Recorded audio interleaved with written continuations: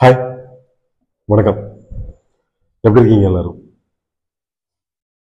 நல்லா இருக்கும். பட் நான் கொஞ்சம் கொஞ்சம் மன கஷ்டத்தில் தான் இருக்கேன். யார்கிட்டயாவது என்னுடைய பிரச்சனைகளை சொல்லியே ஆகணும் அப்படிங்கிற ஒரு இக்கட்டான சுச்சுவேஷன்ஸ்.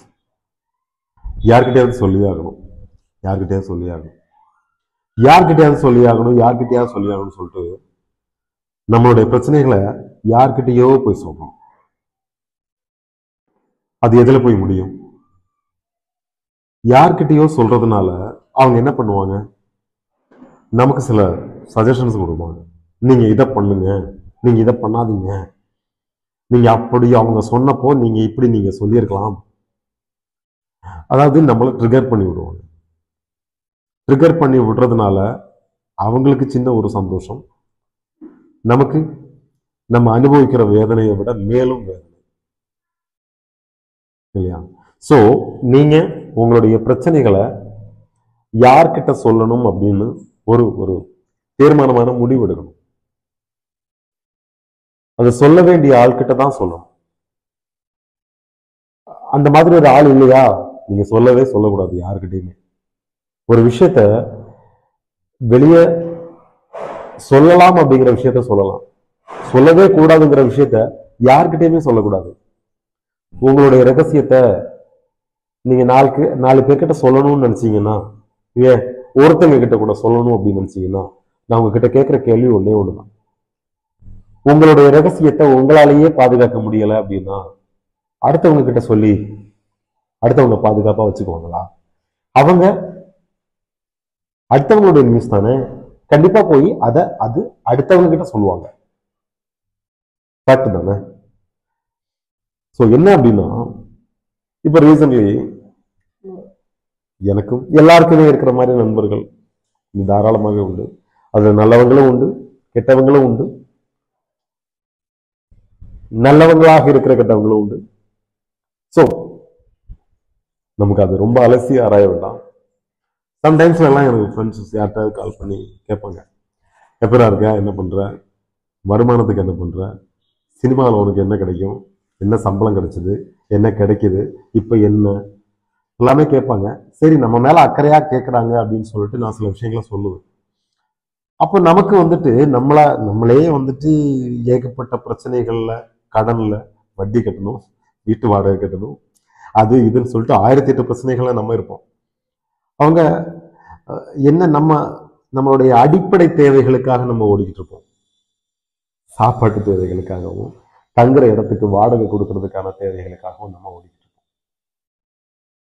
நம்ம கிட்ட போன் பண்றவங்க இந்த பிரச்சனைகள் எதுவுமே இருக்காது. ஓன் ஹவுஸ்ல இருப்பாங்க, பூர்வீக சொத்து இருக்கும், அவங்க பேரண்ட்ஸ் கையில இருந்த அவங்க சொத்து, அதான் பூர்வீக சொத்து, அது இருக்கும். அவங்களே நல்ல, ஏன் எனக்கு கால் பண்ணக்கூடிய ஃப்ரெண்டே வந்துட்டு நல்ல சம்பளத்துல வேலை பார்க்கக்கூடியவங்களா இருப்பாங்க. அவங்களுக்கு வந்துட்டு என்ன சொல்றது, அவங்களுக்கு வந்துட்டு அவங்க அவங்க அவங்க புதுசா லோன் போட்டிருப்பாங்க. எதுக்காக லோன் போட்டிருப்பாங்கன்னா, அவங்க அவங்க இருக்கிறத தக்க வச்சுக்கிறதுக்காக இல்ல, மென்மேலும் அடுத்த நெக்ஸ்ட் லெவலுக்கு போறதுக்காக அவங்க வந்துட்டு லோன் போட்டிருக்கலாம், அதை அடைக்கலாம், அந்த மாதிரி பிரச்சனைகள் அவங்க இருக்கலாம். பட் இதை பார்த்துட்டு இருக்கிற யாரா இருந்தாலும் சரி, என்ன நான் சொல்ல வரேன் அப்படின்னா, நம்ம கிட்ட ஒருத்தங்க அவங்களுடைய அடிப்படை தேவைக்கான கஷ்டங்களை நம்ம கிட்ட சொல்லிட்டு இருக்கிறப்போ, நம்ம எல்ஐசி கட்டல, எப்படி கட்டுவேன்னு தெரியல, படத்துக்கு போக முடியல, ஃபேமிலியை கூட்டிட்டு வெளியே போக முடியல,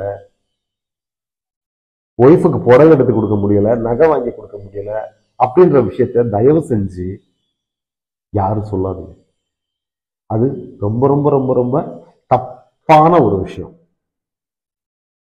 அதாவது என்னன்னா, ஏன்டா இவனுக்கு கால் பண்ணோம், ஏன்டா இவனுக்கு நம்மளுடைய கஷ்டங்களை சொன்னோம் அப்படின்றத தோண வச்சிடாதீங்க.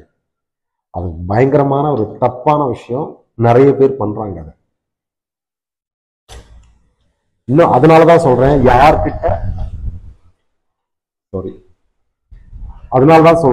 யார்கிட்ட நீங்க போயிட்டு உங்களுடைய கஷ்டங்களை சொல்லணும் அப்படின்றது. யார்கிட்ட சொல்லணும்?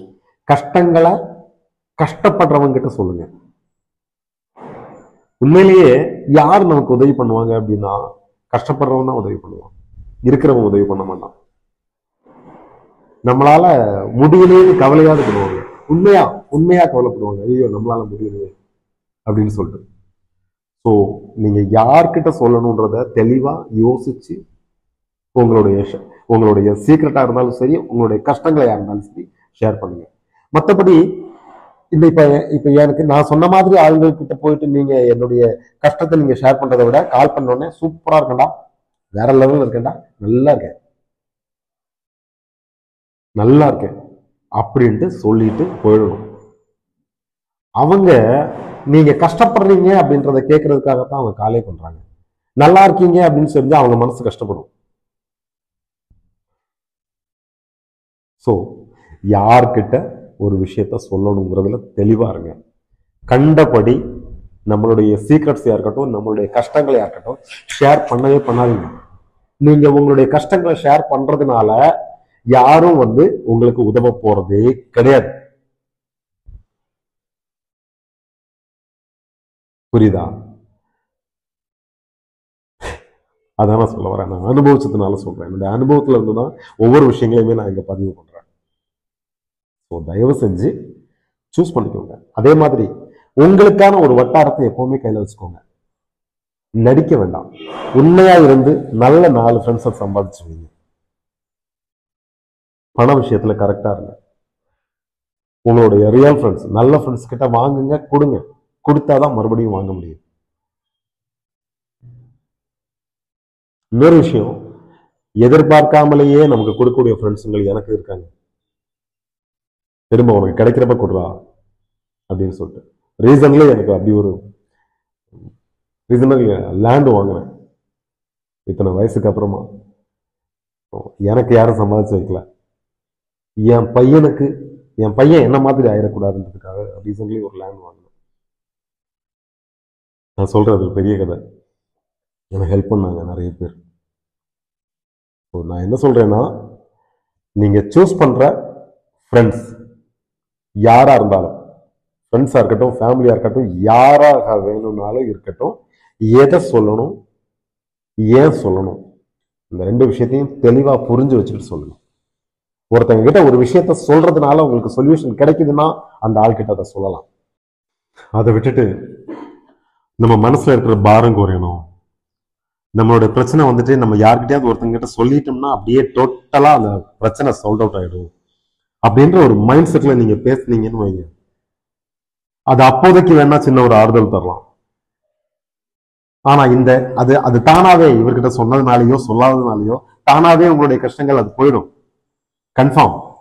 ஆனா 2-3 நாளுக்கு பிறகு எல்லாமே முடிஞ்சு நீங்க ரொம்ப பீஸ்ஃபுல்லான ஒரு டேல, அந்த மாதிரி இருக்கக்கூடிய ஒரு நாள்ல நீங்க ஆல்ரெடி சொன்ன விஷயம் உங்களுக்கு பெரிய ஒரு ஆப்பா அமையும். அதனால யார்கிட்ட சொல்லணும் அப்படின்றத தெளிவா யோசிச்சு சொல்லுங்க. முக்கியமா சொல்ல போகாதீங்க யார்கிட்டயுமே. சொல்றதுனால எந்த ஒரு சொல்யூஷனும் கிடைக்காது அப்படின்னு தெரிஞ்சதுன்னா ஷோரா தயவு செஞ்சு யார்கிட்டையும் உங்களுடைய தனிப்பட்ட ரகசியங்களையோ உங்களுடைய பிரச்சனைகளையோ சொல்லாதீங்க. அவ்வளவுதான். ஓகே, பாய்.